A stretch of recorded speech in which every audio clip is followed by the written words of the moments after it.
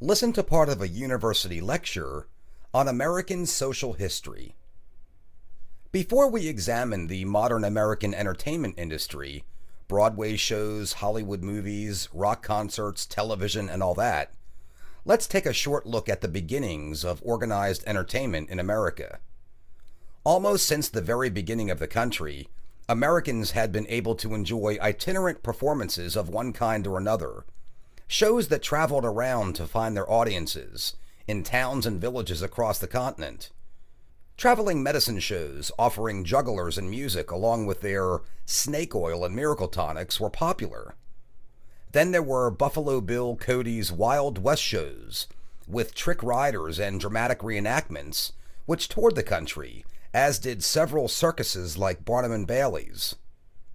And then there were the showboats. Paddle-wheelers carried music and comedy up and down our river systems, up and down the Mississippi River and the Missouri River and the Ohio River. Meanwhile, town halls, saloons, and music halls, dime museums, and burlesque houses all sprang up across the country wherever people had some money to burn and were looking for a little fun. But then, after the Civil War, after 1865, America's social structure began to change radically. The country began to grow economically and its cities began to grow, and an American middle class began to develop with increased spending power and leisure time. This was also a time of industrial growth and transportation, and communication technologies improved rapidly. Businesses became large and national in scope. And it was at this same time that entertainment became an industry, with the appearance of vaudeville. Vaudeville was something new, the first mass entertainment in that it no longer catered to just the gullible or to those looking for the risque.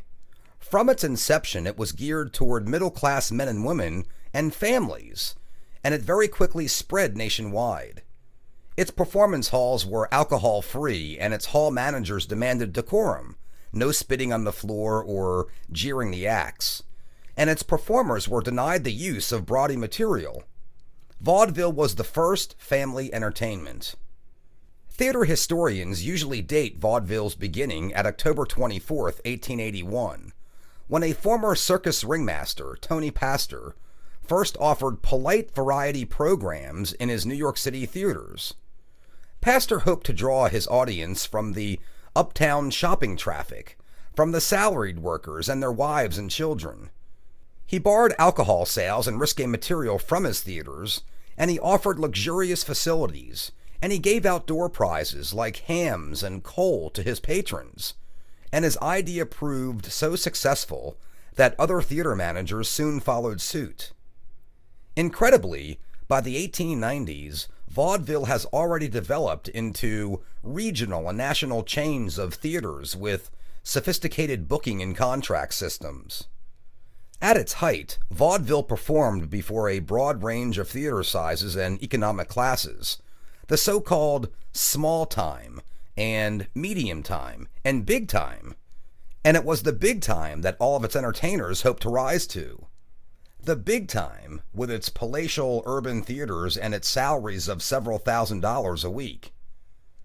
An act could be just about anything that was entertaining and inoffensive. Escape artists like the Great Houdini, high divers, contortionists, hypnotists, lap dancers, trained animals, every imaginable kind of novelty act.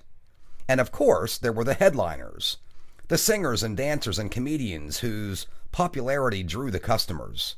Some of their careers outlasted vaudeville. W.C. Fields, Will Rogers, Al Jolson, Kate Smith, Eddie Cantor, George Burns, Jack Benny. These names you might not recognize now, but they were some of the greatest vaudevillians who went on as far as the early years of movies and then television, and set the performance standards in those media as well, who set many of the performance styles we still enjoy today. At the beginning of the 20th century, in 1902, the new medium of the motion picture, an early silent movie, was first incorporated into a vaudeville bill between the live acts. 30 years later, on November 16, 1932, New York's Palace Theater, the capital of vaudeville, offered its first exclusively cinematic presentation, and this is considered vaudeville's official end, the point in time where movies overtook live performances in the hearts of American audiences. For vaudeville itself, it was a relatively brief stardom, only about 50 years from start to finish. But actually, the spirit of vaudeville lived on. Its performers moved into the movies or onto Broadway, and then many of these stars moved on to television. And we'll be looking at these media next.